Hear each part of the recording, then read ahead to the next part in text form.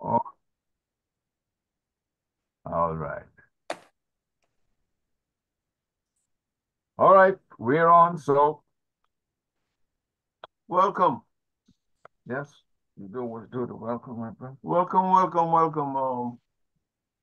This is a UNIA Freedom Friday Forum, brought to you by UNIA-ACL Division 330, RC 2020. RC 2020. And I hope that everybody is informed. We may not be entertaining, but we've tried to be informative. Yeah. But anyway, you know, my name is Congo. I'm sitting beside Bambose. And welcome everybody. And share, after this will go on YouTube and the learning channel so that you can spread it to your friends and neighbors and people who want to be informed and want to learn about us, Black people. Okay. Well, thank you, Baba Congo. Brothers and sisters, friends, even enemies, if I have any. Welcome to this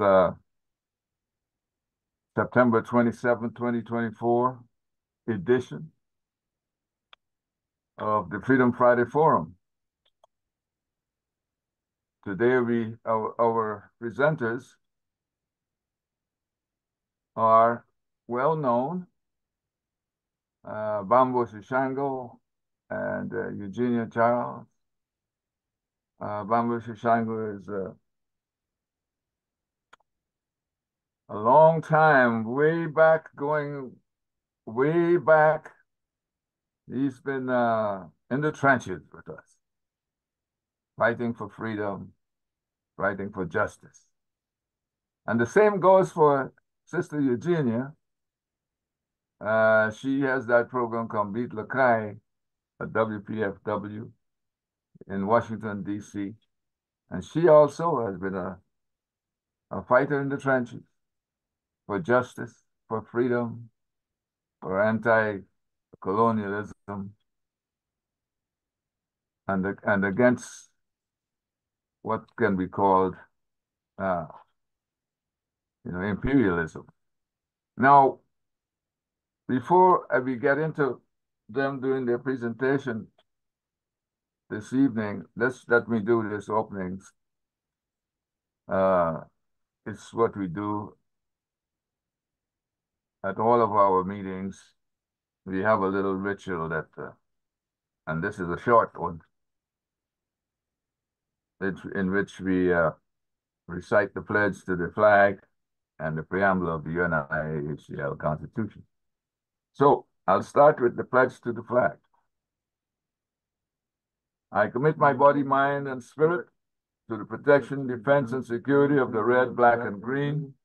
I dedicate my life to the redemption of Mother Africa and the liberation of her scattered Black children. I accept for myself and my descendants the teachings of universal African nationalism, and I promise that our children will be instilled with the purpose and knowledge of themselves as African people, in order that the cause of our struggle will neither falter nor fail, until all Black people are free and united through one God, one aim, one destiny. Of course, that's something those of us who are righteous Garveyites need to say when we wake up in the morning. Just joking. The preamble of the UNIA-ACL Constitution goes like this. The Universal Improvement Association and African Communities League is a social, friendly, humanitarian, charitable, educational, institutional, constructive, and expansive society, and is founded by persons desiring to the utmost to work for the general uplift of the Black people of the world. And the members pledge themselves to do all in their power to conserve the rights of their noble race and to respect the rights of all mankind, believing always in the brotherhood of man and the fatherhood of God. The motto of the organization is one God, one aim, one destiny. Therefore, let justice be done to all mankind, realizing that if the strong oppresses the weak, confusion and discontent will ever mark the path of man. But with love, faith, and charity towards all, the reign of peace and plenty will be heralded into the world, and the generations of man shall be called blessed. Now it's important for me to go to one part, the passage here in this preamble to remind you of why this program is on this evening. Why are we going to be talking about imperialism? And why are we going to talk about the issues that's linked to Haiti and Venezuela? Because, you know, the hegemony of the empire is particularly the cause of what's happening in these two places, the issues of these two places regarding economy, relations among people, governance. It's all a part and parcel of what's been affecting these two nations. And therefore, let me say that this part of the Constitution which says, therefore, let justice be done to all mankind, realizing that if the strong oppresses the weak, confusion and discontent will ever mark the path of man. With love, faith, and charity towards all, the reign of peace and plenty will be heralded into the world, and generations of man shall be called blessed. We are calling for the reign of peace and plenty to be heralded into the world. We of the UNIA-ACL. And as you see what's happening around the world today, there is no peace and of course, there's plenty for some of us. There's plenty for those who are profiting from the exploitation. Well, from wars and rumors of wars, from the promotion of wars, from the making of arms to be sold. You know, the arms industry will not exist had it not been for all these wars and tension around the world. So, Brother Bambose and Mama Eugenia Charles, you know, we're gonna let you give the folks here a picture of what is going on and how hegemony from the empire is affecting these two places that I mentioned. And you know, it is it's necessary for our people to be informed, because a lot of our people, they don't get information. And the information that they get sometimes is really misinformation or disinformation. And we need people who are paying attention to the other aspects of what we get through the corporate media that's stationed in the US and Europe. And if we want to go into it, the corporate media that the white folks would like us to believe in. I mean, I'm saying white folks with biting my tongue, because what's going on in Europe right now, it's white folks chewing up white folks, and that is, you know, the dogs at war, and you know, there's a crime here in the United States if you raise dogs for fighting, But of course, if you raise mankind for fighting, it's no crime. And what is happening in Europe, what is happening in Haiti, what is happening in Venezuela are crimes. But they are now being made dogs of war. So anyway, shall we start with you, Babu Bambose? Just give us just give us an idea. You've traveled recently. You've been to Venezuela. You've been there oftentimes, and we would like people to just have a different view, or perhaps the view coming from those of us of a certain shade who go to places and they're sensitive to things that are happening to those people of a certain shade within the context of living in the land where imperialism is making it very tough for people to live in peace and to have plenty. So, Baba Bamboshi, I'll turn this over to you, and welcome to Freedom Friday Forum. Thank you, my brother, and thank you to your audience and your really network of technical and political support that's standing by in the background that we may never see. But we thank them because they do some of the most important work to bring this to the public. I also want to say that it's an honor, a privilege, and a pleasure to be on the same program with Sister Eugenia Charles, who I'm sure I will learn a lot from tonight because I usually learn a lot whenever she speaks.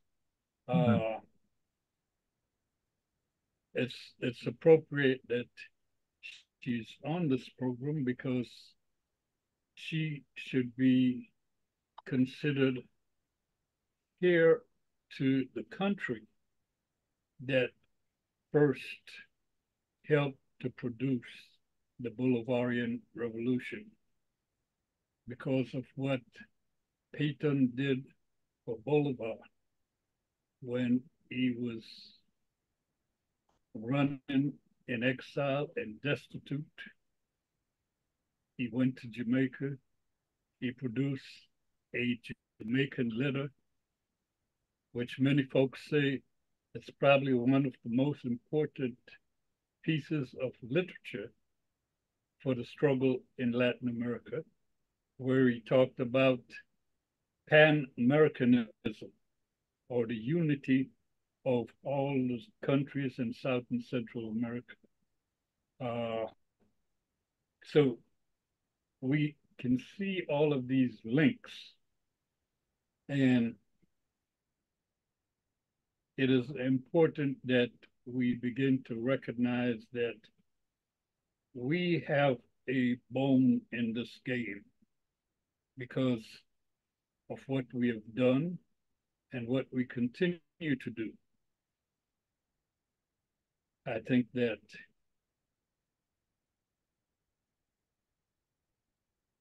I would really like to hear first Sister Eugenia, because she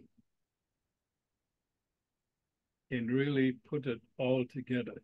And then I will come in and talk specifically about the recent elections and Venezuela over the past 26, 27 years since the Bolivarian Revolution began in Venezuela with the elections, the first elections of Hugo Chavez.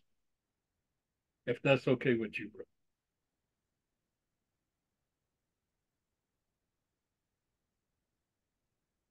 I think you're muted. Greetings. I'm sure Mama Eugenia will not complain about it. She's got a lot to say. He's been saying a lot Greetings. outside Thank of you. Friday Forum, and now we would like her to say uh, as much as she wants to within the time we have, which is until 9 p.m. or beyond. What's going on, or I'll give it over to her, and maybe she'll start with whatever she wants to be.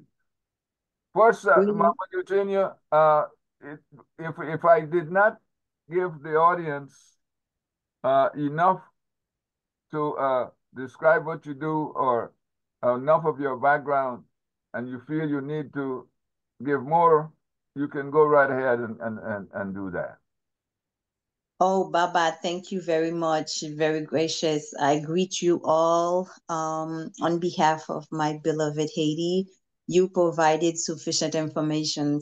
For me, when I am provided an opportunity to speak about what's going on in Haiti, how we can work in brotherhood, sisterhood, and solidarity to support one another's struggle, I don't want to focus too much on myself. I think it's a privilege just to be given the opportunity to speak about Haiti, and for particularly for the ancestors to allow me to use their shoulder to stand on to take on that challenge. So with that, they know enough about me. I'm on the air every Wednesday, so they hear enough. So we'll focus. And Baba Bambose, it's also a pleasure to be on the same panel with you. Um, you are a pioneer in this movement. I've known you in this fight for quite some time. So every time we get an opportunity to share and our work together, that is extremely valuable. So I want to thank both the Babas for inviting me this evening, and all your audience who are watching us on Zoom and live. So let's talk about Haiti. Let's look at how the U.S. Imperialistic policies have been impacting Haiti and Venezuela. So where is Haiti right now? As you know, we are just finishing with the 79th General Assembly at the UN. So we've had the two members of the Haitian Presidential Transitional Council attending, along with the Haitian Prime Minister. So the two members of the Transitional Presidential Council is the one is the coordinator of the Presidential Council, Mr. Edgar Leblanc, and then of course Leslie Voltaire, were both at the UN. The Prime Minister Gary Coney was there. The Minister of Foreign Affairs, Dominique Dupuy, were also in attendance. Mr. Leblanc provided a speech that many Haitians consider to be very strong. He addressed the issue of Haiti's independence and the fact that Haiti is a beacon of light, that Dessalines used that fight to allow human rights to be considered not just for white people, but for Black people, for men and women throughout the universe. And perhaps where Haiti is right now, Haiti is paying for having standing up to fight for that type of freedom, and also use the opportunity to call on the French government to pay Haiti reparations for having paid 150 million franc in gold, which depleted our economy, limited our efforts to develop as a nation. So on the diplomatic front, that is where we are. On the US aspect, in terms of what's going on in Haiti, as you know, last October in 2023, the UN Security Council voted on Resolution 2699, which authorized a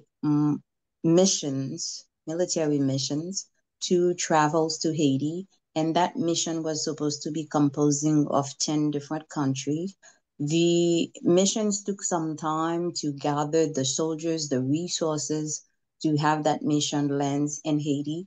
The mission, when it was voted by the UN Security Council anonymously, but Russia and China had abstained from voting since they are two countries who are allowed to, who have the capacity to veto. They had made some backdoors negotiation with the US to abstain from voting, but allowed the missions to continue. It is not a UN missions per se, but it is authorized by the United Nations. The leader of the mission that is currently in Haiti is the United States. They have selected Kenya to lead the military approach of it, but all of the equipment, all of the setting up for the missions were done by the US. The budget that is projected for that mission is close to $600 million a year. Much of the money so far is being front by the US. There's about 11% of the budget that some other countries have contributed to. The money that the US has put forward so far, a large chunk of it has already been paid to US companies as a contract to help set up for the missions in Haiti. The equipment that have been provided, and I have to say that the US, there's been a number of US military planes who have landed in Haiti carrying equipment. The soldiers started arriving in Haiti in June and July. So far we have about 380 Kenyan military in Haiti who are supposed to help work with the Haitian National Police to deal with the gang. Just a few weeks ago, there were about 23 to 24 Jamaican police and military individuals who landed in Haiti to join the Kenyans, and there were about 2 individuals from Belize who joined. In the beginning, so some of those countries from the Caribbean, the Bahamas, Belize were supposed to also send soldiers, but they just recently sent. Benin also agreed to send soldiers to Haiti, but so far they have not sent anybody yet to participate. There is some hesitation as they are seeing the way that the mission is currently unfolding. So the US hired their own military contractors to build the area that they built as the base for them to stay. When the Kenyans first arrived in Haiti, they rented nearly all of the hotels near the airport area to house them because they were not fully ready. One thing that I find very interesting is that the Kenyans are in Haiti, the force is there, money has been issued to support them, but even the people who are cooking the food for the soldiers are not even Haitians. The local people in the country, you'll think that will help create some jobs, but the cooks for the missions are people from Georgia, the country, not the state. So if you go look at the map,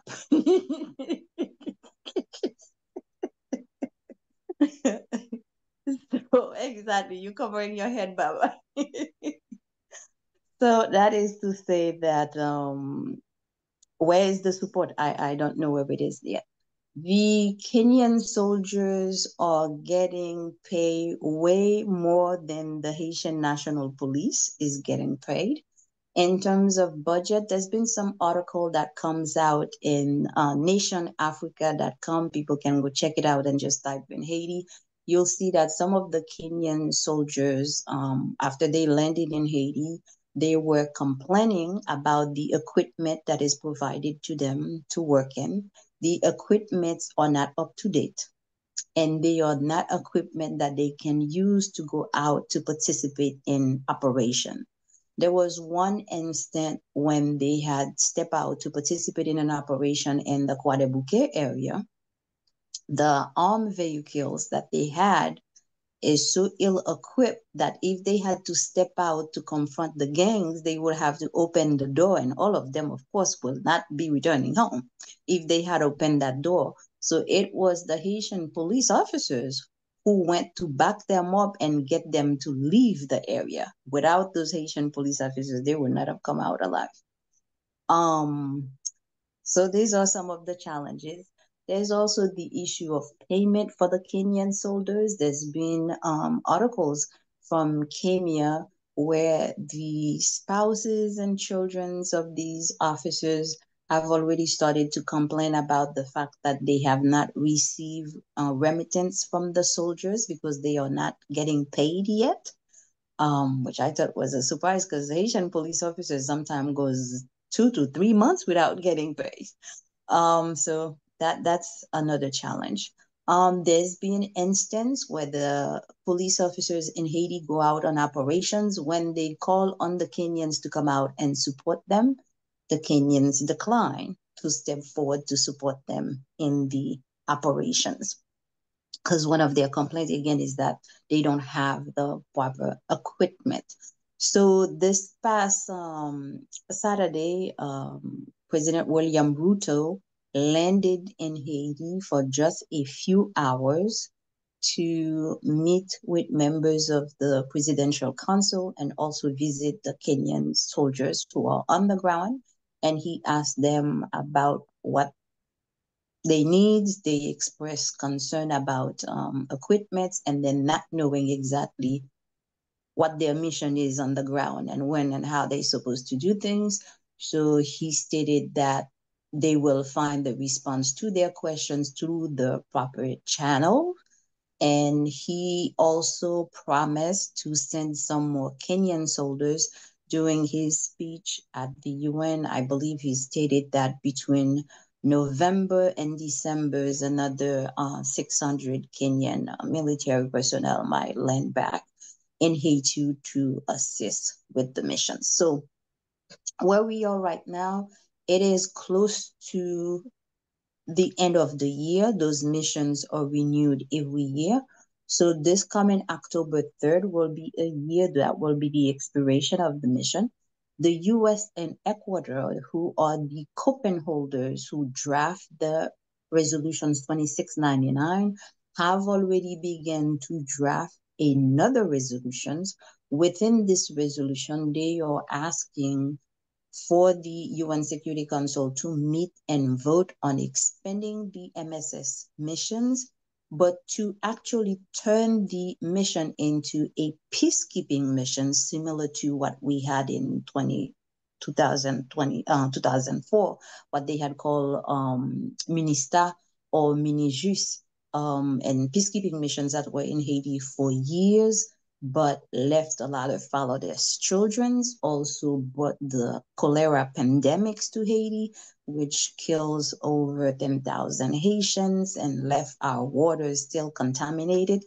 The UN, there was a legal suit filed against the UN for the cholera victims. So far, they have not agreed to compensate the cholera victims on that. So you can imagine what another peacekeeping missions will do to the populations in Haiti, and many of our young women and young men were sexually violated by some of those soldiers, and there has been no legal ramifications yet taken against these individuals. So the US and Ecuador, like I said, are drafting another resolutions. They're supposed to be meeting sometime next week to discuss this resolution and consider placing Haiti under Chapter 7 of the UN Charter.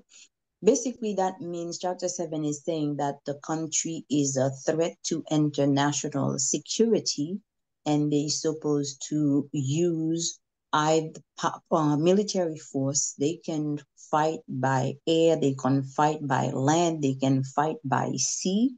That is the authority Chapter 7 gives the members of the United Nations to be able to do that. And to that, I look at and say, how is Haiti a threat to the international community is the question we should ask, and why that Haiti needs to be placed under Chapter 7 of the UN Charter. We have a gang issue in the country. Port-au-Prince is under the gang's control. We understand that. The rest is some part of the Artibonite area is also under the controls of the gang. But the rest of the departments, life is still going on. Yes, it is. They are detached from Port-au-Prince. Yes, the economy is almost collapsed a bit, but much of the country is still under the controls of the populations living peacefully. So that will say then if the issue is in Port-au-Prince and the Artibonite, then we should deal with that to try to curve it down rather than placing the country under Chapter 7. The other thing is Haiti is not at war with any other neighboring nations. So that will say that we are not a threat to the international community. The weapons that the gangs are using to hold our population hostage. There was a report that came out early spring this year by UNDOC, which is an institution that is part of the United Nations that oversees trafficking. And it stated that about 95% of the weapons are coming from the United States, and those weapons are being purchased through various states like the District of Columbia, the Carolinas, and far out, and then shipped into Haiti through containers. We know the U.S. has an extensive customs system with a lot of technology advancement. So the question is, why isn't the U.S. taking sufficient measure to ensure that the weapons that is leaving their shores do not land in Haiti? Because if the weapons are stopped, then we can reduce the number of people who get killed and get held hostage or prisoners in their own home. There was a resolution passed at the UN where they asked for member countries to not sell weapons to Haiti. There's been multiple calls for that resolutions to be implemented, but so far the US has not implemented the resolution, and the UN Security Council members have not taken any actions either to hold the US accountable for not implementing that resolution and stopping the gun flow into the country. So I think if we are looking at friends, we should look at how to resolve the problem rather than amplify the situation. So one can also ask, perhaps, what exactly is the intention of the U.S. in having a military base in Haiti, something that they've always wanted for quite some time. So in looking at the economic aspect of the missions, it creates jobs for U.S. contractors.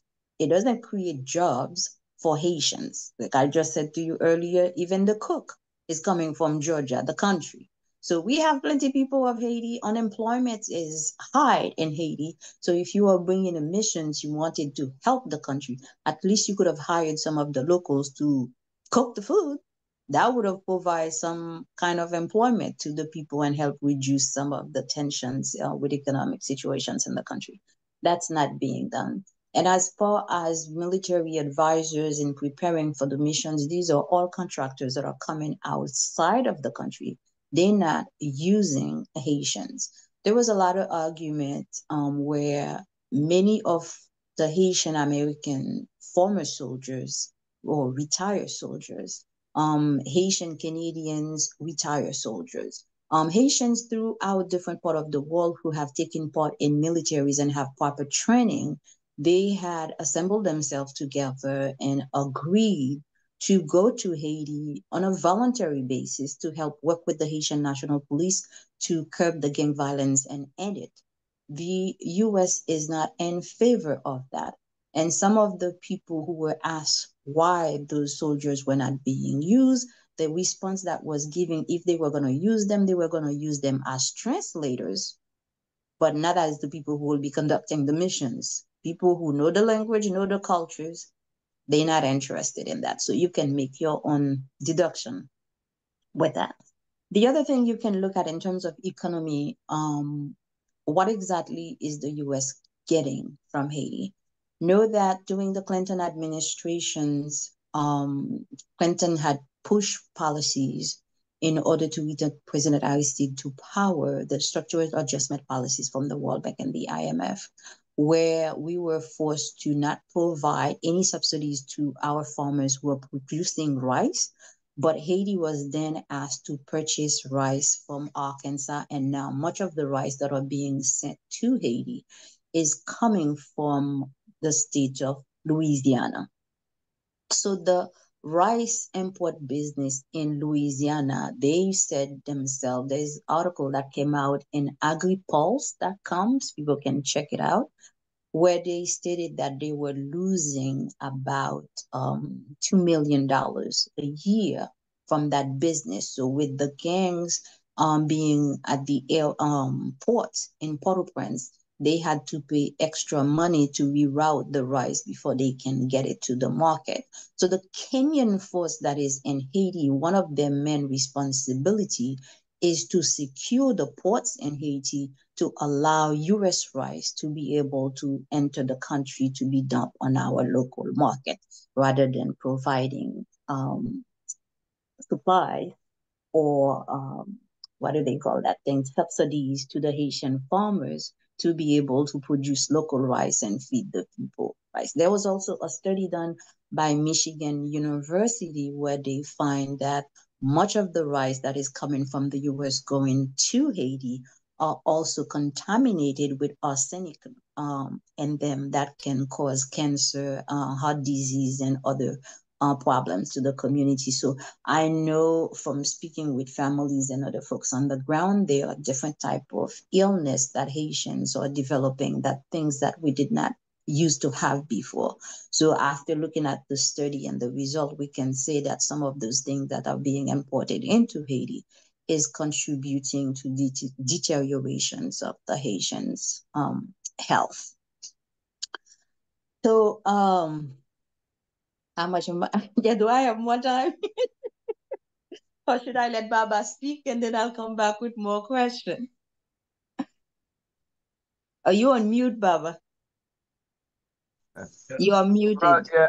Yeah, you can go ahead, my sister, because we need to understand clearly what the situation is on the ground, in real time, so to speak. Well, okay, no problem. And you're doing so far. You're doing pretty good, and we need to hear more. And Brother Bambose has given you the clear path to do that. Thank you. So I want to link the Haiti situation with Venezuela. As you know, Venezuela and Haiti is like mother and daughters, since we ushered them into independence and providing supplies and money and soldiers for them to become an independent nations. So during the Chavez government, Haiti had negotiated, during former President René Préval government, negotiated the Petro-Caribe program with Venezuela, where they sold gas to Haiti at a low cost, and a percentage of that was supposed to go rebuild infrastructure in Haiti, and Haiti was supposed to pay Venezuela in providing goods to them. But since all these issues have been going on between Venezuela and the US, US placing an embargo on Venezuela, some of the payments that Haiti was supposed to be making to Venezuela were not made as a result of the embargo. But during 2008, all the way up to the end of the Martelly era, leading into the Jovenel Moïse government, we've noticed that a lot of the project that the money from the Petro-Caribe Fund was supposed to do did not happen. And after much demonstrations in the country, they did an auditing of the program. There was 2 audits done by the Haitian Senate, and then it was referred to our auditing court, who also did an audit. And then it was shown that over $2 billion of that aid was embezzled and misappropriated by the previous government.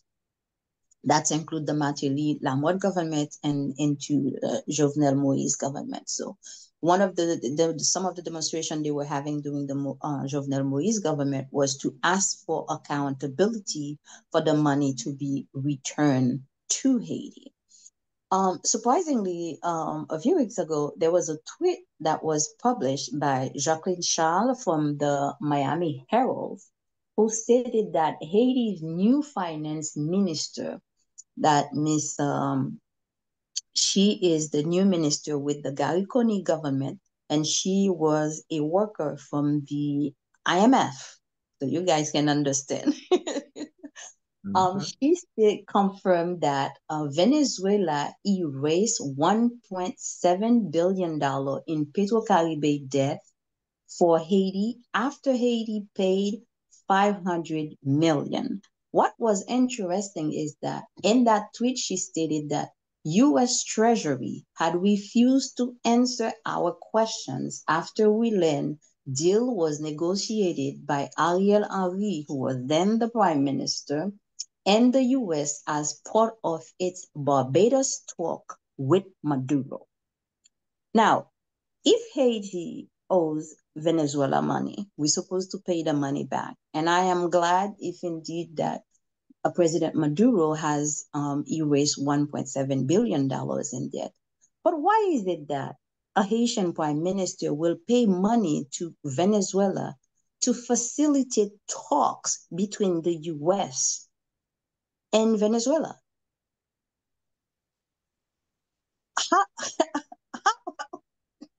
How, how is that possible? So if we are paying $500 million to Venezuela, we should be paying it because we owe Venezuela and to facilitate our bilateral relationship, but not to make way for the US, who had placed an embargo on Venezuela, to be able to negotiate with Venezuela so they can get access to Venezuela's gas. And I have to go back a little bit in history. At the time when Haiti was signing the contract to become a member of the Petro-Caribe program, the US was against it. And if you go back and look at some of the cable that was released by WikiLeaks, it's clearly stated that the ambassadors who represented the US then were sending cables to the US, explaining to them what was going on. Then they were adamant that they did not want Haiti to become a part of the Petro-Caribe program, a program that is assisting the Haitian people, a program that will facilitate us getting money to do development. So if you are our friend, why would you be against such a program? Because getting gas from Venezuela mean we were no longer buying gas from US companies where they are making tons of money from Haiti. That is not benefiting us in any way, shape, or form. But the other important things is that the money that was embezzled from the Petro-Caribe Fund, much of that money was embezzled by Laurent Lamotte and Joseph Michel Martelly. Joseph Michel Martelly was a president who was like number 3 in the voting poll. The US pushed him to the front and allowed him to win. He was literally given the presidency by Hillary Clinton, who was Secretary of State at the time. And the money that he embezzled, much of that money is sitting right here in US banks. So after the US and Canada have been sanctioning different politicians in Haiti, and we know if we look at the trajectory, every time the US arrests somebody or sanctions someone who's involved in embezzlement, in misappropriation of funds, in drug trafficking, in gun dealing, they take those presidents or individuals, they prosecute them, and they put them behind bar. But guess what? Joseph Michel Martelly has been sanctioned by Canada and the United States, but he's still living in Florida. The US has not arrested him yet. So we can ask ourselves why. The dollars are in the bank, but he hasn't been arrested. So looking at those kind of things, I think we as Black people, Haiti has a lot of challenge, and many people may say, well, Haiti is a poor nation. And if you look at all the racial epithets that are being thrown at Haitian, eating this and eating that, and even looking at the racist comments that the congressman has posted on Twitter and then erased, Haiti continues to carry the blunt for leading the fight against the enslaved empire. We need to understand that the struggle that Haiti is facing, it is a struggle for the Black race. And when we look at Haiti, don't look at Haiti as being a country by itself, but what Haiti is being made to do is pay for daring to be free, paid for daring to end slavery. for removing that cash crap away from these people. So that's what we are paying for. So a lot of the policies that are being implemented by the United States, especially this new Global Fragility Act, which is a 10-year strategic plan that the US have created and is implementing in Haiti right now. And some of the countries in Africa are also part of that, but Haiti is being the test ground for that 10-year strategic plan, where they look at governments, they look at the court system, and they've gone so far as to hire a prosecutor as placing people from DHS into their embassy to oversee things that are happening in Haiti. And you look at the assassination of Jovenel Moise, the US has taken over the trial and prosecuting some of the people who committed the crime in Haiti in their own court, housing them in their own jail. We got to ask ourselves what's really behind all of that. So let's work together as people for the betterment of our race, because a self-sufficient Haiti, a free Haiti, an economically prosperous Haiti is freedom, economic freedom, not just for Haiti, but for the Black race across the globe. I thank you all. Great presentation. Thank you, Bobby. Thank you, Mama Eugenia. You have put a lot of stuff out there. I'm trying now to go back to come up with the questions I had while you were talking now. So, but I must say, you know, from what you said, you know, all I can say right now is what a tangled web the hegemon weaves. You know, it's disgusting. Now, Yes. you know, you mentioned this matter of Georgia cooking for Kenyans in Haiti. And, you know, Georgia, if people don't know where the country of Georgia is, you know, Georgia is in that part of the Asia-European, I guess, Black Sea area, where they're very close to Russia. And that's and you even have I think yeah if you haven't heard of Joseph Stalin of the Soviet Union, that's the country where Joseph Stalin was born. So it's very close to Russia and part of the Russian Empire at one point. Now, getting Georgia to do this is because some business deal is going down there, because the U.S. wants Georgia to be a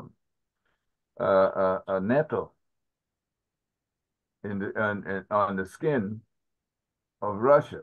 It's to you know, irritate Russia. In other words, you know, in their whatever is their plan to deal with Russia, and it's Georgia's just part of the plan to encircle Russia and do whatever it is. But, you know, it's a tangled web. Now, what can Georgians cook for Kenyans?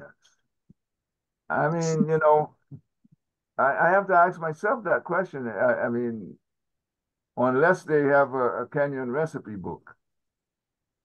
Now, then you mentioned something about Jamaica and some other countries having a few people in there. This is the same old, where the U.S. wants to look like it's not just the United States that is involved in trying to repress the Haitian people. But you know, they have a coalition of countries trying to deal with the matter of violence, not even in Haiti, but the violence in Port-au-Prince. Now, you've mentioned that the rest of Haiti, people are getting along with their lives. It's really Port-au-Prince. And let me say, I'm trying to go over this. It's really Port-au-Prince that's the issue. Now, you mentioned the docks of Port-au-Prince and perhaps the airport controlled by these gangs. Now, who's controlling these gangs? How are the gangs getting the money, in other words?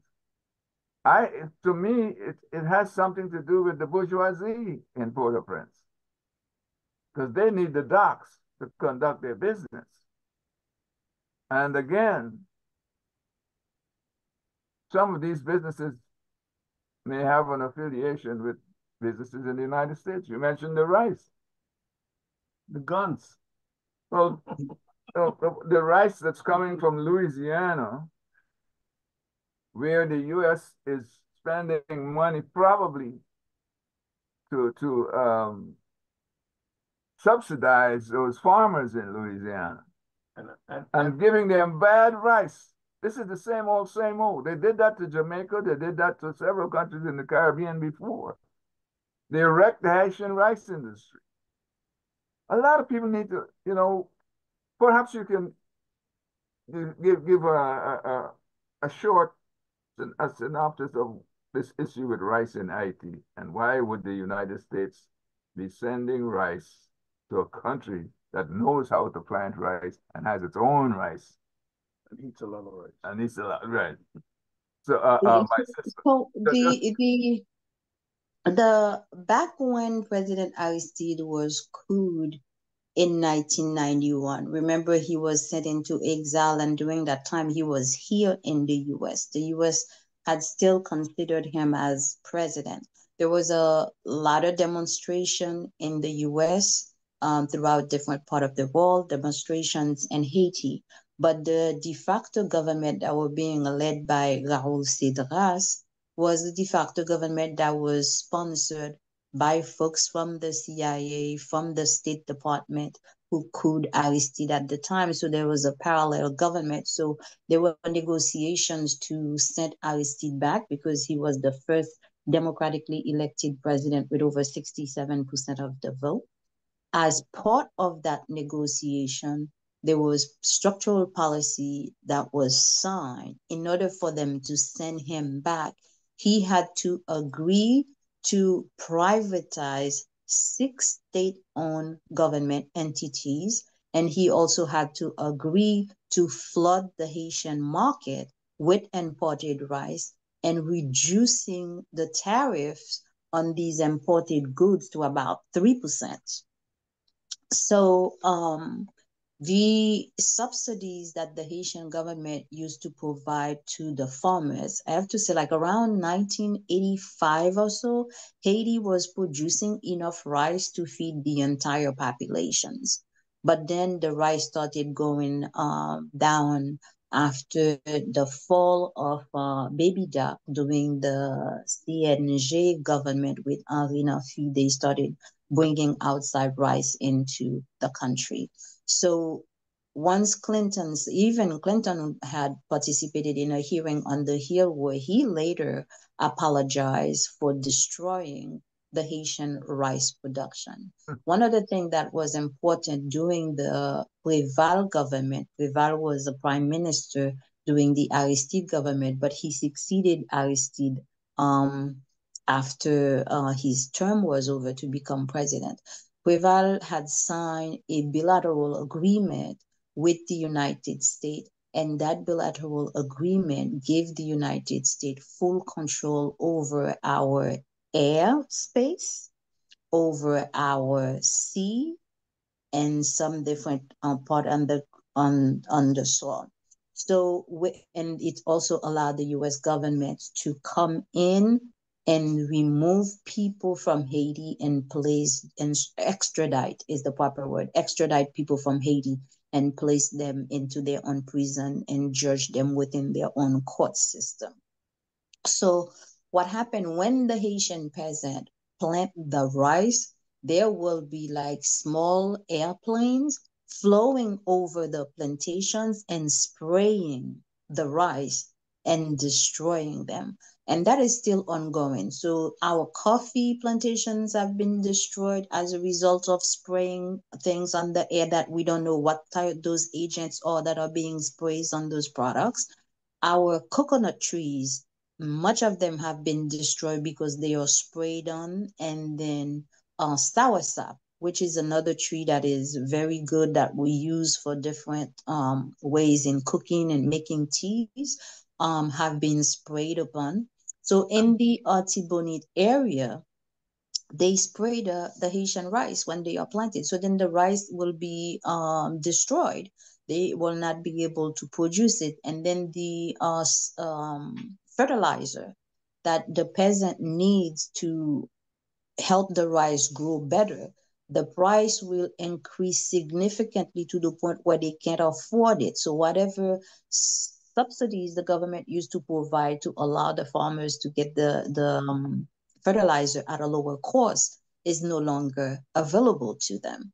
So those are the ways that be impact. So by reducing the production of the Haitian rice and flooding the market with US rice, the people get it at a cheaper cost.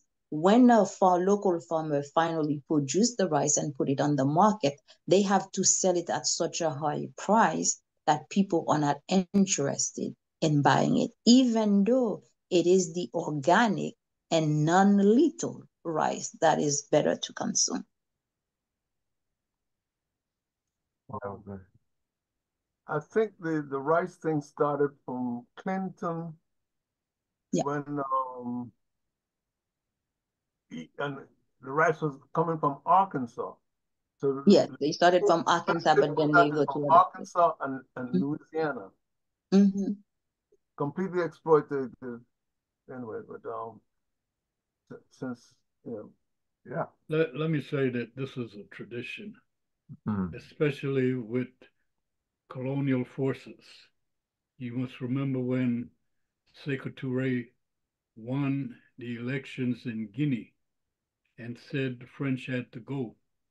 One of the things they did was they seeded the ground so that pineapple, which was one of the main crops in Guinea, have not grown in Guinea since the French left. Today, pineapples are just coming back. And if I believe I read somewhere that how they sprayed the rice in Haiti was with the same fertilizer that they sprayed in Vietnam, Agent Orange, and that this Agent Orange has been renamed Roundup, and it's used today in the United States, not only destroying all forms of uh, trees and vegetations, etc., but also causing cancer in humans. So, there is a tradition to this method that is used by imperialism to make you dependent on them for stuff that you had anyway.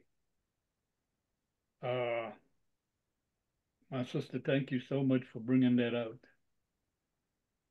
Yes. Uh, the foliants, um, uh, other uh, warfare. biological warfare that killed off the pigs, and it's such a long history of the United States. I hate to say, I mean, you think of the money they spend to do all this evil stuff, and they could be doing something that would benefit the people. You want the people to like you? Do something to benefit them. And now you're telling people that they're running and crossing the border and coming in and taking your jobs, and they're complaining about Haitians coming in this country. If I may add something quickly to what you say, Baba, about wanting people to like them, the United States is not interested in having Haitians like them. I think there was a paper that was drafted during I think it was the Nixons by Henry Kissinger. It is one of those national security memorandum number 70, there were multiple national security memorandum, but number 70 is the one that was concerning Haiti. And it's been, there's a declassified document, it's online. Anybody can take a look at it. It's NSSM 70. And in there, you will read where in the beginning paragraph, where they are talking about Haiti, a country that is right there in our face, a country that should not exist. So if you are writing policies, you're saying a country should not exist. So, and the deterioration and the political instability that you are seeing in Haiti right now, those are things that were outlined in that document that was written during Kissinger's, and to kind of lay down what was going to happen to Haiti after the fall of the Duvalier. So this is nothing new. What you see in Haiti right now, it is a planned program that is being executed. So no, they don't want Haitians to like them. Especially since Haitians are the most African of peoples in Latin America. And I'm saying Latin America because, of course, languages, even languages that's spoken in Haiti, the Haitian language. Some of it is Latin part. So, in any event, my sister, I can ask some more and we can continue this. It just shows that you know what's happening right now. We're going to have to deal with this again, not far from now, because it's topical. And I do appreciate the fact that you agreed to come and present on the Freedom Friday Forum, and I'm sure the audience appreciates that as well. We've had some information here that the whole world needs to know. What's happening to Haiti is not out of the blue. It's something that has been pre-planned. So now, hopefully, with all that's going on, you know, I would, you know, there's a question of the military and all that, but thank you, my sister. We're not going to go into that. We could go on all night, I think. But thank you very much. I need to give Baba Bambose some time to give his presentation here on what's part of the work of the hegemon in Venezuela. Baba Bambose, please, you know, let's hear what you got on your mind. Again, thank you, my brother, and thank you, Sister Eugenia. Well said. I think that when we look at this recent elections in Venezuela and the continual effort to really overthrow Maduro for regime change and to put in place puppet regimes in Venezuela, we have to start by looking at Hugo Chavez. Because in 1992, I believe, Hugo Chavez attempted a coup d'etat that failed. He was and still is the only person in Venezuelan history that have taken complete responsibility for his failure. And as such, he was given jail time. However, by 1994, a new president released him from jail, pardoned him. He went around Venezuela on the back of a pickup truck campaigning, and he won the elections in 1998. One of the first things he did after winning the elections was calling for the rewriting of the Venezuelan Constitution. And the current constitution they have in Venezuela today is a constitution that was written by the masses and voted for by the masses of Venezuelans. In that constitution, it called for new elections in 2000, which he won by over 59% of the votes. But by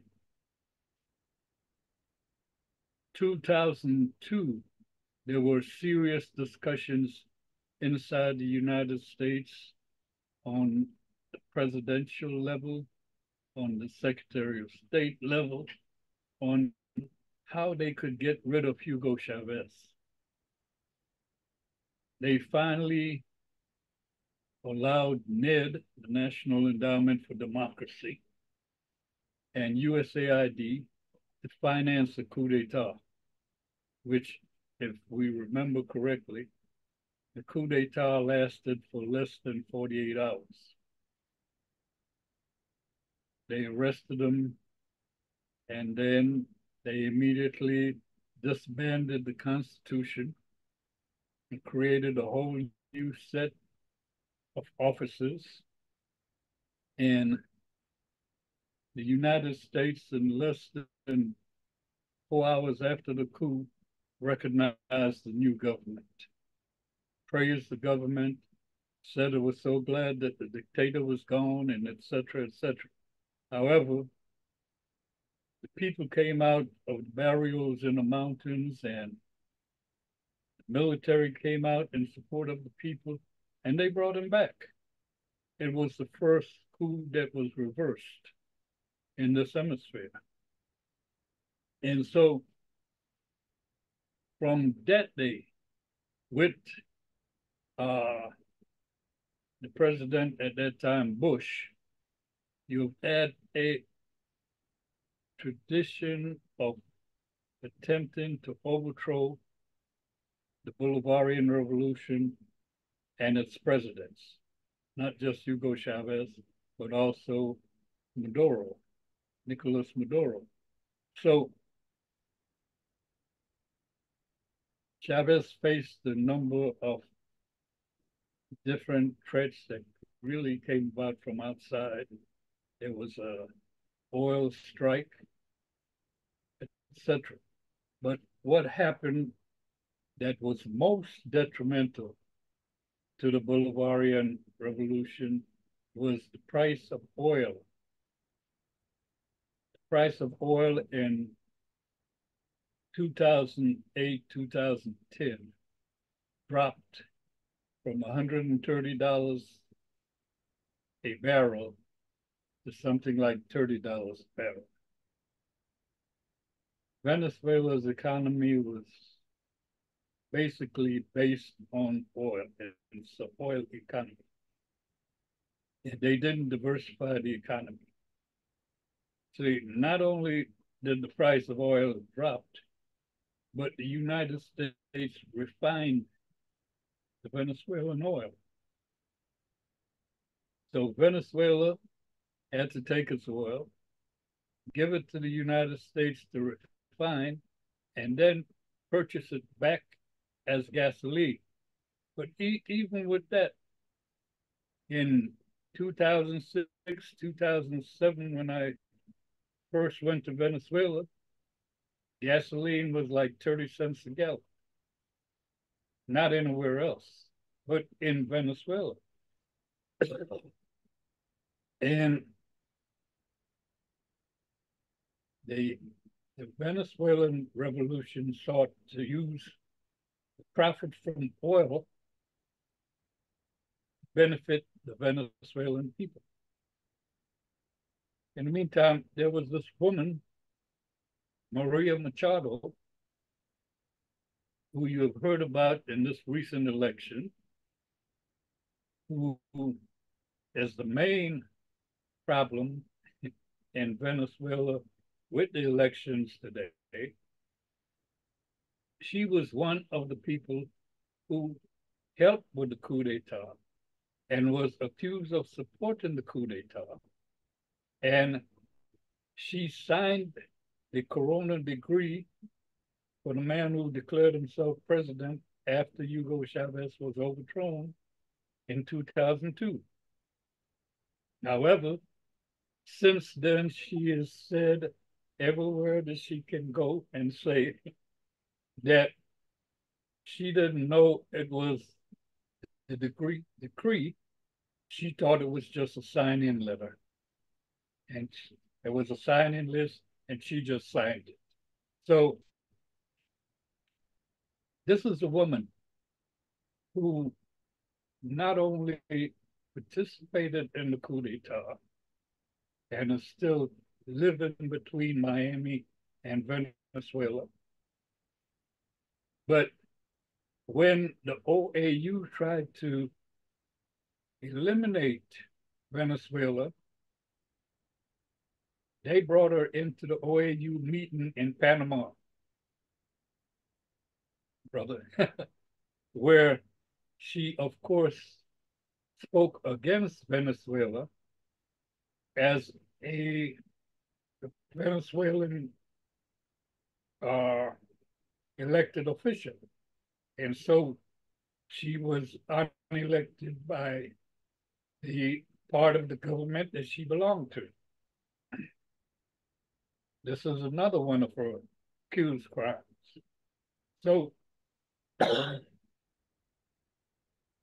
when she said last year that she was going to run for president, and the United States started talking about she had the most support in Venezuela, and if she lost the elections, it was going to be because Maduro stole the elections, which is the myth that they began building over a year before the elections.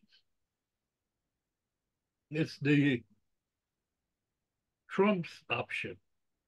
You lose the election, you say not only did you win it by a landslide majority, but your opponent stole the election, and you just continue saying that and repeating it over and over again. Except now, the United States as a country has made the Trump option an official policy against Venezuela. This is what's going on between the elections of Maduro and this woman, Maria Machado, who, of course, she could not run in the elections, went and found a U.S. asset to run in her place. This is the man that they're saying won the elections. I need to say something about this man. As his background, he was an ambassador in El Salvador. He was an ambassador in El Salvador when the war against the FMLN in El Salvador, the Fabundo Martí National Liberation Front, was at its heights. And the United States was running the opposition to this war out of the El Salvadorian embassy. And representatives of the FMLN will tell you that this man is probably responsible for disappearing and killing more El Salvadorians than just about anybody else. So he has his share of blood on his hands. However, the United States, in terms of the Venezuelan elections, tried to give him a makeover that makes him seem that he's just an innocent old grandfather that they pulled out of somewhere to come back and run the country to get rid of the dictator Maduro. It is this struggle that is being waged right now. I was at the elections 2 months ago as an international election observer. And I could tell you honestly that we visited polling places, so did other observers, visited different polling places. We saw no elections irregularities. Matter of fact, it was the most transparent, most smoothest ran elections that I've seen, much better than the ones here. And the night after the elections, when the polls closed, there was to be a count of the elections, of the votes, and it was supposed to be matched with the machine totals. However, those totals could not be sent into the National Election Commission because Venezuelan National Election Commission's computers were hacked and nobody could get anything through to them. However, there was a massive hack of the Venezuela computers starting probably 2 days before the elections and continuing for additional 1 to 2 weeks after.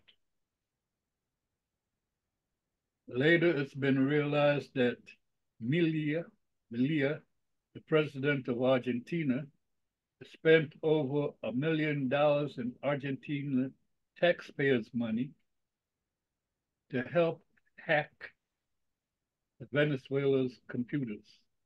That he developed a series of what they call bot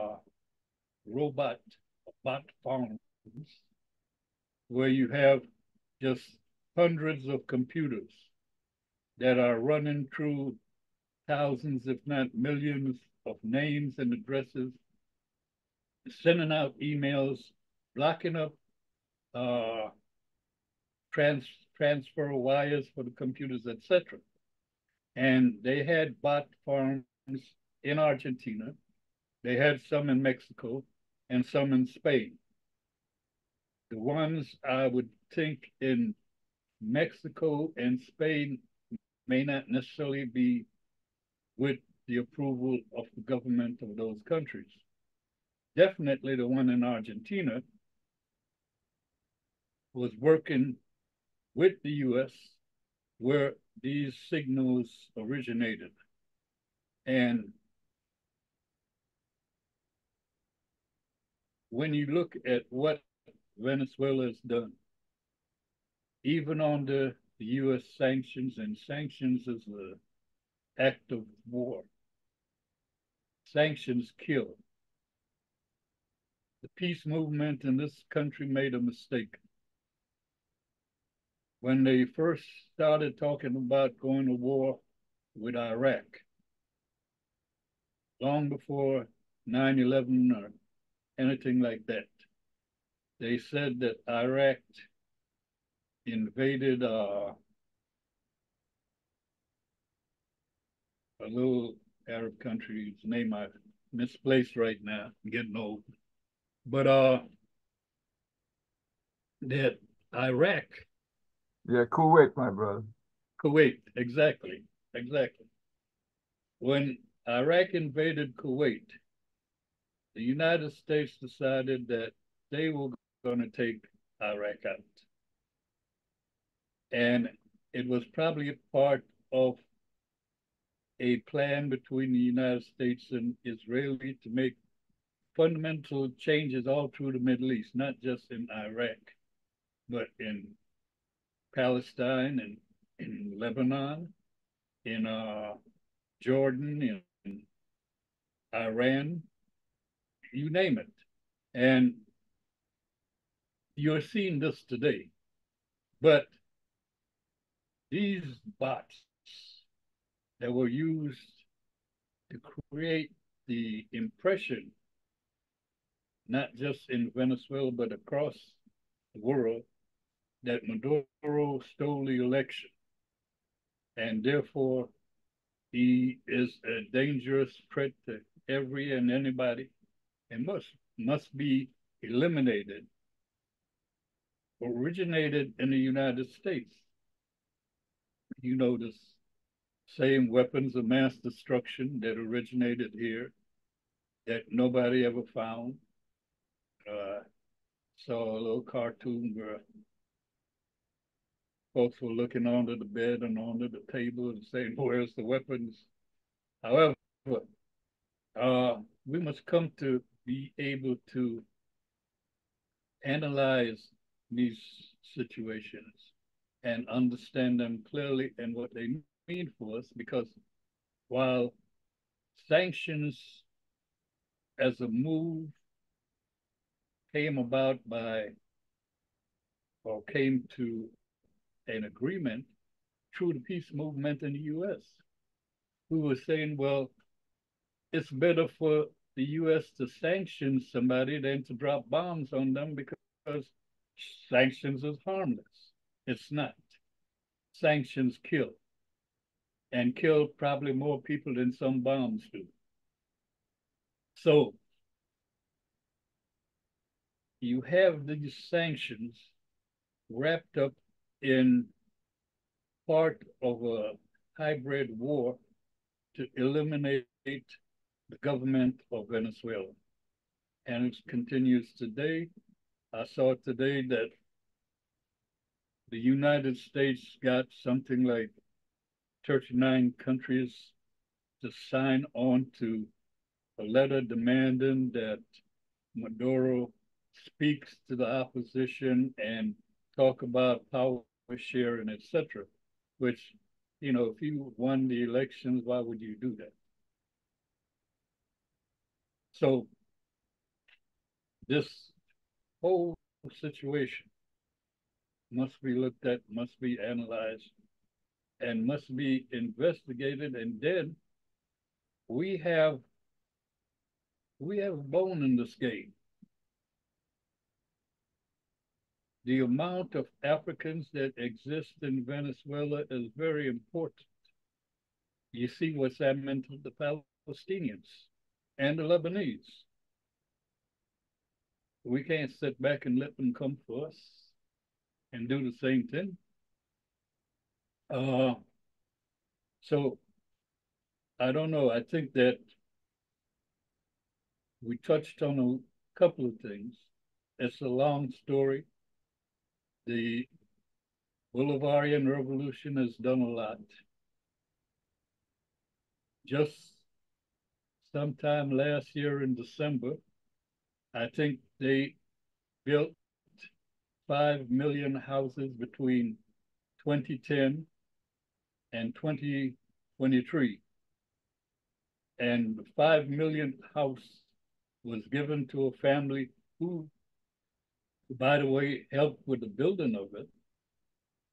And not just houses, but houses and apartments in Venezuela, so that the people who died because their houses slid down off the mountainside and the barrios when there was any kind of too much rain, now are living in proper constructed houses.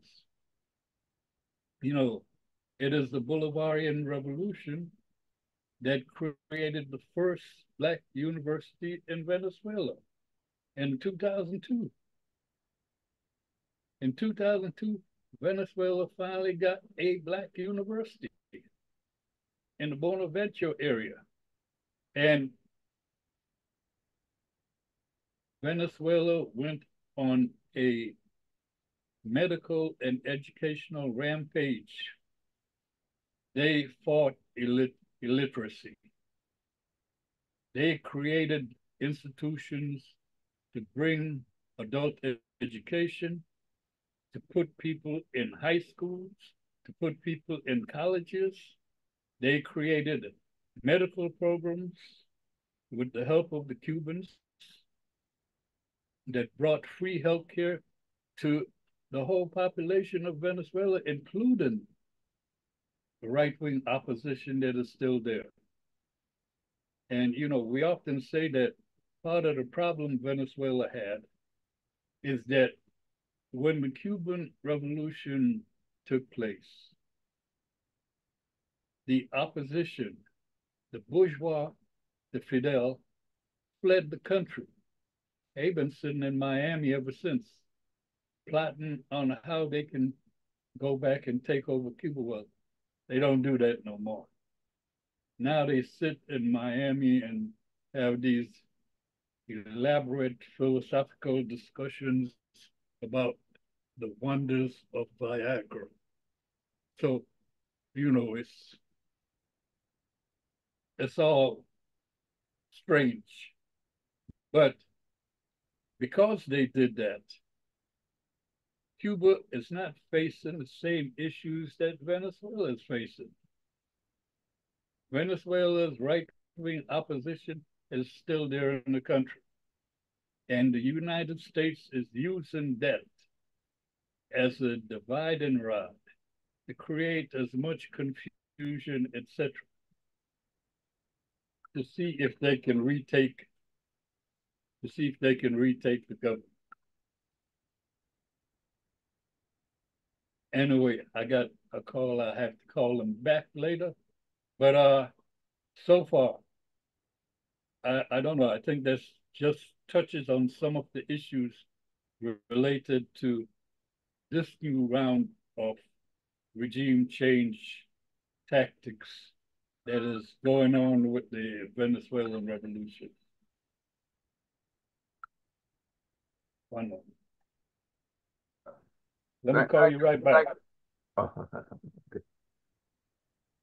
Thank you, my brother. I think Baba Congo has a question for you. Nice presentation. I like that. I like that. But there's something that goes back all the way to 1804. When Haiti fought for its independence, the French is the first embargo that was put on any country in the West was done by the French, and that helped impoverish the country of Haiti. The United States have taken up what the French have done. They've tried to impoverish Haiti continuously, Cuba continuously, and everywhere else. Honduras, Panama, they've interfered with everybody. They've almost picked the presidents of all the countries in the Caribbean and in Latin America, and have always supported dictatorships, and that were against the people. And so therefore, people don't know that Venezuela has more oil than Saudi Arabia. But because of US sanctions, it's way poorer than Saudi Arabia. And that's a crime. I mean, that's how sanctions work. And they sanction everybody. They sanction Zimbabwe because they didn't like Mugabe. Mugabe is dead, and they still have a sanction on them place. And they do that to everybody. I think you told me that they had 700 sanctions on Venezuela. Sometimes 730. 730. Unfortunately, the biological warfare was used against Cuba.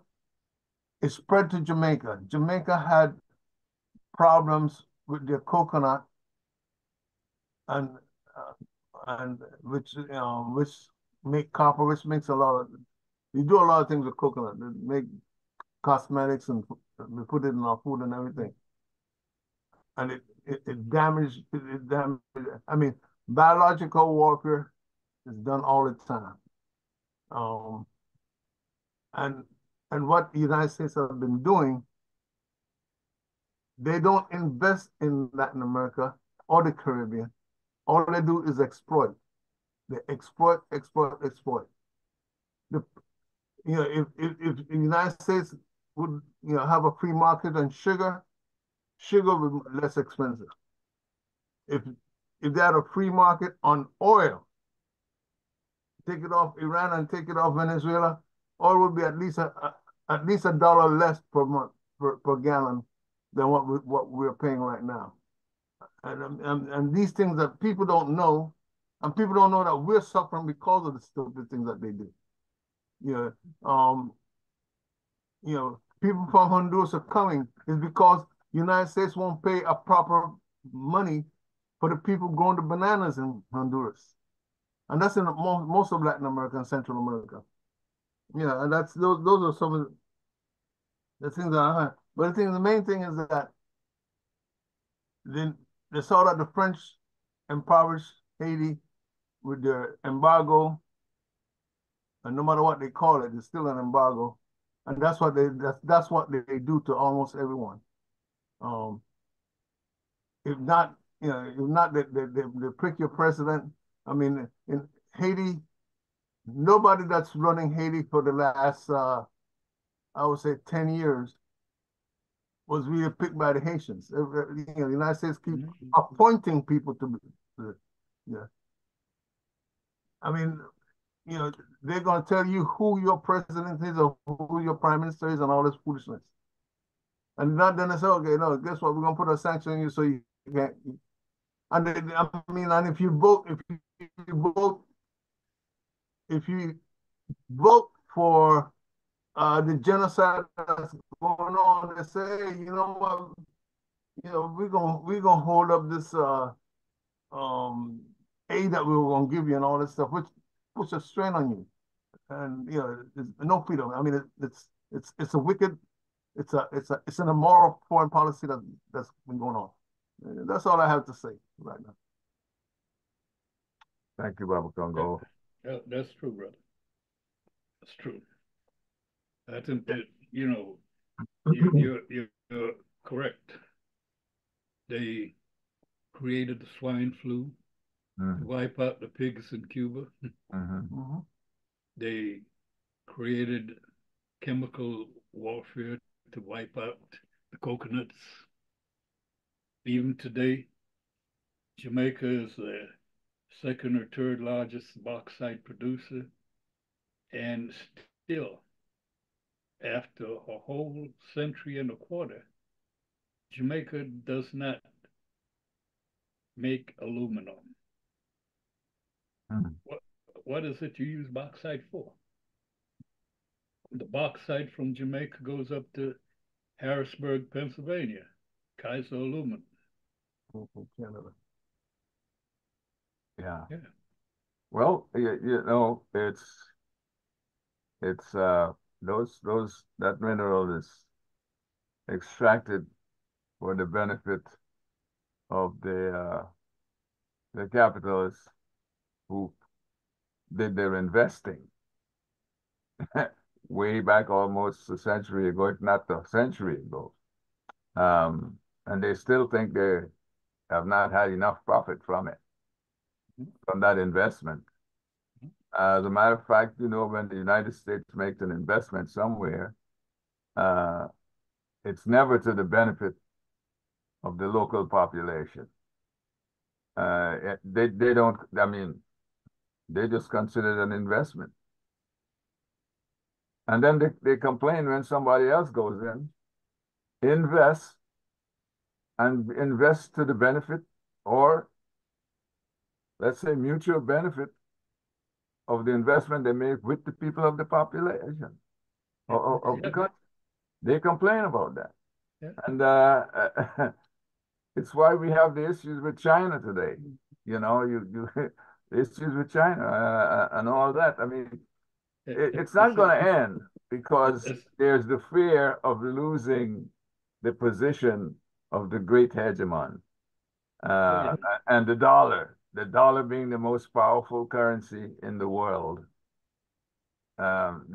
Because if they take that away from you, there's an issue of your economy going to the pits. So it's why Venezuela has its issue. It's about the dollar. Anyway, I would also like to say that when these things are done to these countries, these countries where a significant part of the population is of African descent. You know, it irks me, and it should irk all people of African descent and in the continent to see that people are using African people. The United States is using African people in a bid to overthrow a legally elected government. Because if you make the country as poor as what they're doing in Venezuela, Venezuela is being known is living in poverty. I mean, what the narrative that goes along is that it's now so poor with all the resources they have, they're so poor they can't feed their people or not, and they can't do business with anybody else. And this is a contrived poverty. Now, some of it is a myth, though. Yeah, well, yes. I mean, you know, the New York Times said that Venezuelans were starving to a point where they were eating grass. It was on the front page of the New York Times. Well, you know, it's just. And you go to Venezuela, you see all these fruit carts with fruits, full with fruits and all kind of stuff, and you're saying, who's eating grass? Because well, you know, when you have the amount of refugees coming into the United States from Venezuela, and when you have the amount of refugees entering the bordering countries of Venezuela and complaining that they can't buy food, they don't have jobs, and they're having a lot of problems with healthcare and all that. You know, they can use that narrative. So what is it? And what I mean, if you see the people who are leaving Venezuela, a lot of these people are of African descent. Yeah. So my thing is that they're attacking people of African descent. They're forcing people to leave their country.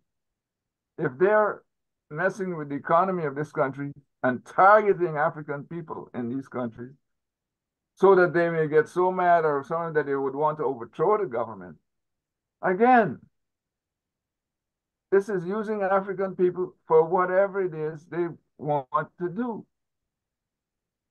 Haiti of African people, Venezuela.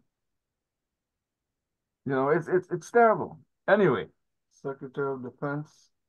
Yeah, that's offense. So, you know, ambassador to the UN. Yeah, African people have a face in all this. Africa. There's an African face. I'm tired of it. I'm disgusted by it actually. So and I hope that that people are paying attention. That people are, you know, it's long-standing though that they, you know, people are told here in the United States that you know, you need to be happy about what is happening because you aren't suffering like those people in that other country over there, that other country, that poverty, you know, poverty that's contrived. I mean, yeah, so you need to be grateful that you're living in the United States. So, anyway, let me take are there any questions coming from the audience? Patrick. Brother Patrick, you need to unmute.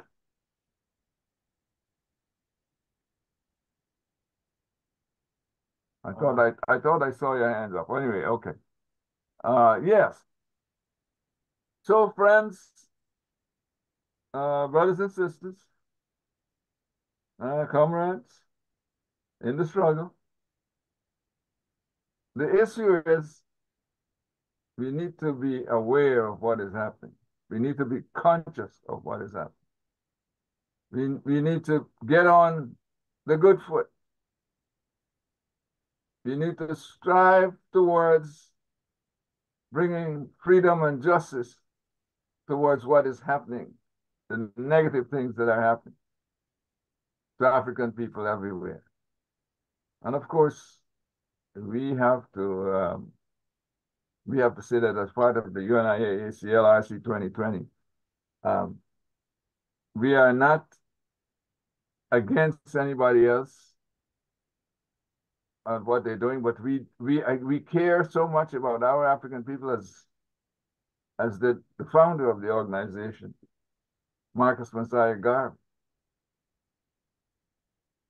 I mean, his struggle with going way back to the former the League of Nations, which is the former body that the United Nations is of. There was this struggle, refusing to deal with the issues of African people. Today, African people are in the United Nations, and they're calling for positions in the Security Council of the United Nations because they want to have a say. They want to have some power. I don't know what good that's going to do, but hey, there you are. There are only certain people who have power in the Security Council, and they can veto anything they want.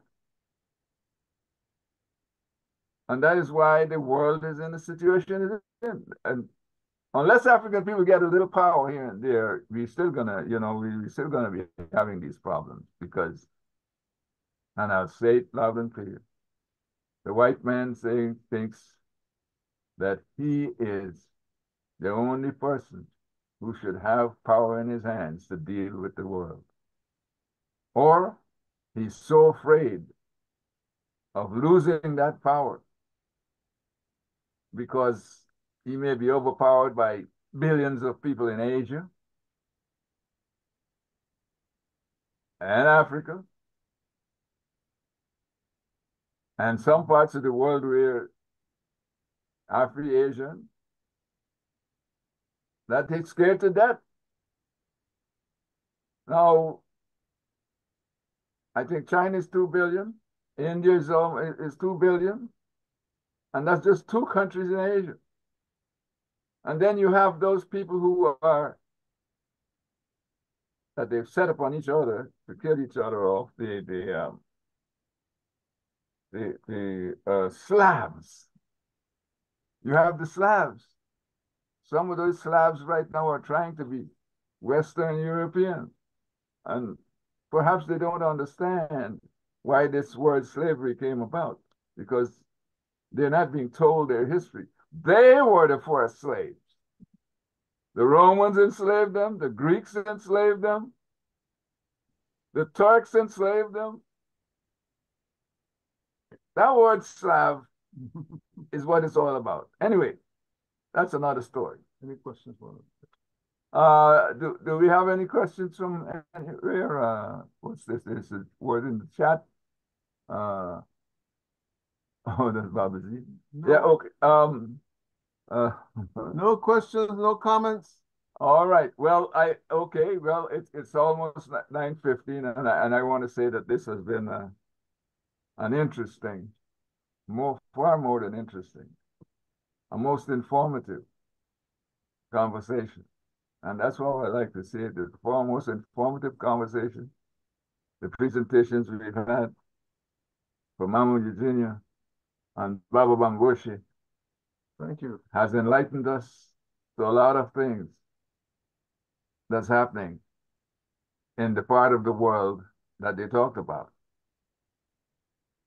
And there's more to be said, but we don't have the time. And sooner or later,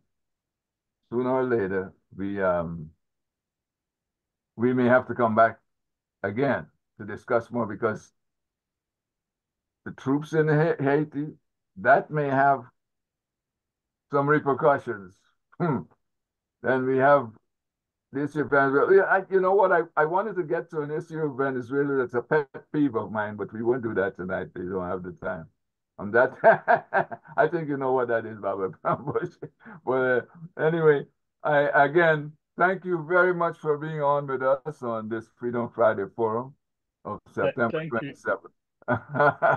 Thank you so much, my brother. And let me just say one last thing. An old brother in South Carolina told me once, you can never know too much. True. Very true. You learn every day as far as I'm concerned. I'm still learning. Like I learned tonight. And Mama Eugenia, you have exposed some things here, you know. This business of people need to know that when they're saying gangs, it's not the whole of Haiti. Yes, indeed. So I think, Hmm? I thank you all for having me on. And folks who wants to continue to learn more about Haiti, I encourage them to listen to Combit Lakai on WPFW 89.3 FM here in the DC area, or online, WPFWFM.org, every Wednesday from 7 to 8 p.m. Great. One thing I'd like for you to talk about, Miss Charles, I like to talk about what this stupid fool said about Springfield, Ohio. Oh, no. Well, we would have gone in, we could have gone into that, but yeah, we're gonna close. And I don't know if we need to talk about it. No, I mean, oh my God, yeah, yeah, strange world we live in. But anyway, again, folks, you know, this Freedom Friday Forum is streaming on the UNIA-ACL RC2020 Division 330's Facebook page. And later on, it will be uploaded onto the YouTube. So it can be reviewed. Or you can, if you were not on earlier, you can go to YouTube or a Facebook page and get that. Yeah, the learning channel of YouTube, the learning channel of the Black Learning Channel on YouTube, and get the information that you missed on this here program tonight. It's been great having you folks with us, and until next time, I will close with the motto of the UNIA-ACL 2020, which is one God, one aim, one destiny. One destiny. One Africa. One Africa. And also you can check out UNIA-ACL, the Woodson Banneker Jackson Bay Division 330.org, so that you may see what we're doing there as well. All right. Thank you again. Thank you. Peace and love. All right. Thank you. Thank you. All right. Great.